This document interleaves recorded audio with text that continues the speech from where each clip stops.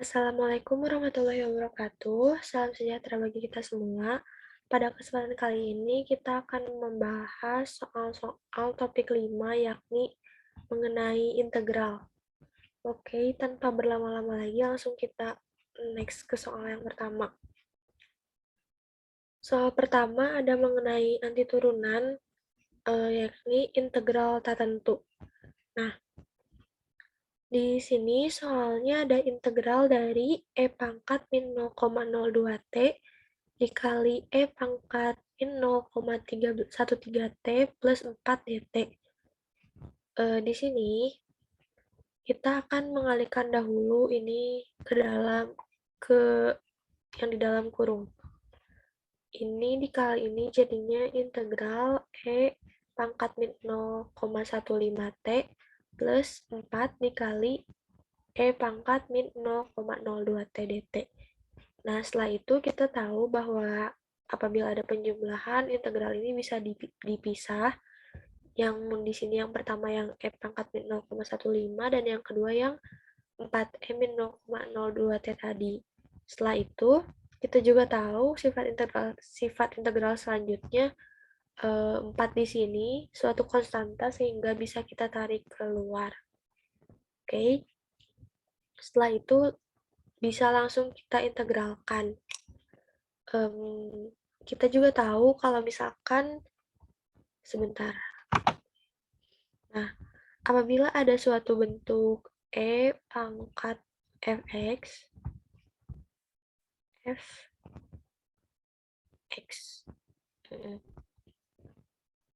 Nah, turunannya adalah integralnya.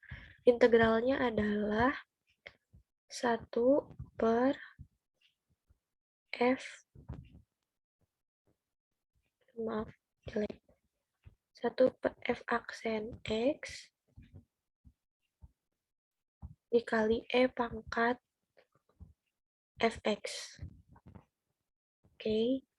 Nah, plus c. Dari sini kita bisa terapkan ke di sini sehingga integral dari e pangkat min 0,15 T adalah 1 per min 0,15 dikali e pangkat min 0,15 T. Begitupun dengan yang e pangkat min 0,02 T. Setelah itu, minusnya bisa ditarik ke depan, kemudian 4 dikali 1 per ini jadinya 4 per 0,02, C1 dan C2-nya bisa digabung menjadi suatu konstanta C. Sudah apabila disederhanakan, hasilnya menjadi minus 6,67 E pangkat min 0,15 T min 200 E pangkat min 0,02 T plus C. Oke, kita lanjut ke soal berikutnya. Soal yang kedua. Nah, sebelumnya kita hapus dulu. Oke, soal nomor 2 tentang teknik substitusi integral. Di sini ada soal integral dari 6U min 3 per 4U kuadrat min 4U plus 1 DU. Nah, di sini kita misalkan, tapi pertama-tama kita sederhanakan dahulu bentuk ini, karena ternyata bentuk ini bisa kita sederhanakan apabila kita teliti lebih lanjut. Nah, di sini 4U kuadrat min 4U plus 1 itu dapat disederhanakan menjadi 2U min 1 kuadrat. Kemudian 6U min 3 bisa kita tarik angka 3-nya. Jadi 3 dikali 2U min 1. Karena 2U min 1 di pembilang dan penyebut sama, bisa kita coret sehingga hasilnya menjadi 3 per 2U min 1 DU. Nah, sampai sini baru kita misalkan. Misal T sama dengan 2U min 1. dt du atau turunan dari T adalah 2, sehingga du adalah dt per 2. Apabila sudah mendapat hasil T dan du-nya, kita tinggal substitusi ke sini. Ini tetap 3, 2U min 1 kita ganti menjadi T, dan du kita ganti menjadi dt per 2 atau 1 per 2 dt. Setelah itu ini menjadi 3 per 2T, 3 per 2-nya bisa kita keluarkan karena itu merupakan konstanta. Jadi 3 per 2 integral 1 per T dt. Nah, di sini kita juga tahu kalau misalkan integral dari 1 per T adalah ln T. Sehingga kita bisa langsung tuliskan 3 per 2 ln T plus C. Jangan lupa dikembalikan ke bentuk awal, T di sini merupakan 2/1, sehingga hasil akhirnya adalah 3 per 2 ln 2/1 plus C. Oke, kita lanjut ke soal yang ketiga. Di sini integralnya itu mengenai integral tentu. Ya, integral tentu. Dari tadi kan kita sudah menemui kasus-kasus integral tapi nggak ada batasnya gitu ya. Tapi kalau misalnya integral tentu itu kita melihat ada batas di sini, ada batas bawah juga ada batas atas. Oke, kita langsung lihat.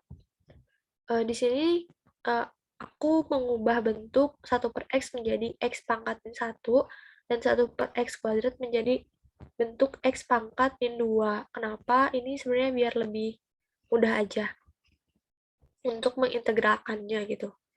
Setelah itu kita pisahkan karena di sini ada penjumlahan, kita bisa pisah integral ini menjadi 3. 1 X min 1 juga X pangkat min 2. Nah, setelah itu tinggal diintegralkan biasa, integral dari 1 yaitu X, batasnya jangan lupa ditulis di antara 1 sampai 3. Kemudian X pangkat min 1 ini kan sama aja seperti 1 per X, sehingga tadi juga kita sudah singgung di nomor 2 bahwa integral dari 1 per X adalah ln X. Sehingga kita bisa langsung tuliskan ln X dengan batas 1 sampai 3. Dan yang terakhir adalah ini, X pangkat min 2, integralnya adalah 1 per min 2 plus 1, X pangkat min 2 plus 1. Ini tuh ada sifat integral juga apabila dia X pangkat N, integralnya adalah 1 per N plus 1 dikali X pangkat N plus 1. Sehingga di sini hasilnya jadi min 1 per X. Setelah itu tinggal dimasukin batasnya, batas atas min batas bawah, jadi X ini apabila disubstitusi 3 menjadi 3 dan dikurangi batas bawahnya 1. 3 min 1, kemudian ini ln 3 min ln 1, dan ini terakhir min 1 per 3 min 1 per 1. Hasilnya menjadi 2 plus ln 3 dan plus 2 per 3. Hasilnya 8 per 3 plus ln 3 atau apabila disederhanakan menjadi 3,765. Oke, kita lanjut ke soal yang keempat. Di sini masih mengenai integral tentu. Diketahui integral min 3 sampai 2 dari fx dx adalah 5, integral min 3 sampai 2 dari gx dx sama dengan min 2, integral min 3 sampai 1 fx dx sama dengan 0, dan integral min 3 sampai 1 dari gx dx sama dengan 4. Di sini kita bisa lihat soalnya di sebelah kiri ada dua. Soal yang pertama, integral dari min 3 sampai 2, min 2 fx plus 5 gx dx. Ini kita menggunakan sifat integral. Tadi di sini ada plus atau ada penjumlahan sehingga bisa kita pisah. Setelah itu di sini ada konstanta min 2 dan 5 yang bisa kita keluarkan dan bisa kita simpan di luar integral. Sehingga hasilnya menjadi min 2 integral min 3 sampai 2 fx dx ditambah 5 dikali min 3 sampai 2 dari gx dx. Dan kita juga sudah ketahui bahwa integral ini itu jumlahnya 5, adalah 5.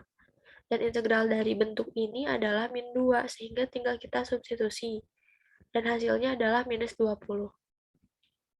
Oke, begitupun dengan soal yang 2 di sini, integral min 3 sampai 1 dari 4 fx min 3 gx, ini ada tanda minus, bisa kita pisahkan. Kemudian di sini ada konstanta 4 dan 3, bisa kita keluarkan. Setelah itu bentuk ini adalah 0 dan bentuk ini adalah 4 seperti yang diketahui di atas. Hasil akhirnya adalah minus 12.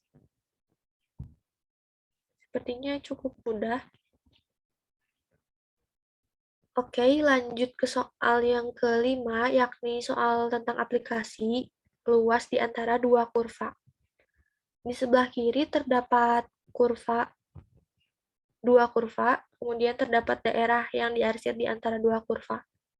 Nah, luas di antara dua kurva ini bagaimana menghitungnya? Menghitungnya yaitu luas kurva bagian atas dikurangi luas kurva bagian bawah. gitu. Apabila grafiknya ada di sebelah kanan dan kiri, nanti akan menjadi luas kurva di sebelah kanan, min luas kurva di sebelah kiri, gitu. Setelah itu, di sini diketahui batasnya dari min 1 sampai 2, jadi kita tuliskan integral min 1 sampai 2 dari, tadi kan kurva atas dulu ya. Jadi kurva atasnya ini, x kuadrat plus 1 dx, plus integral min 1 sampai 2, kurva bawahnya ini, 2x min 2 dx.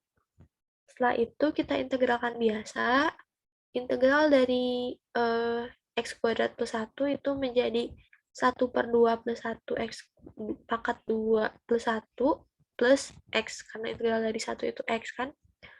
Selanjutnya integral dari 2x yaitu 2 per 1 plus 1 x pangkat 1 plus 1.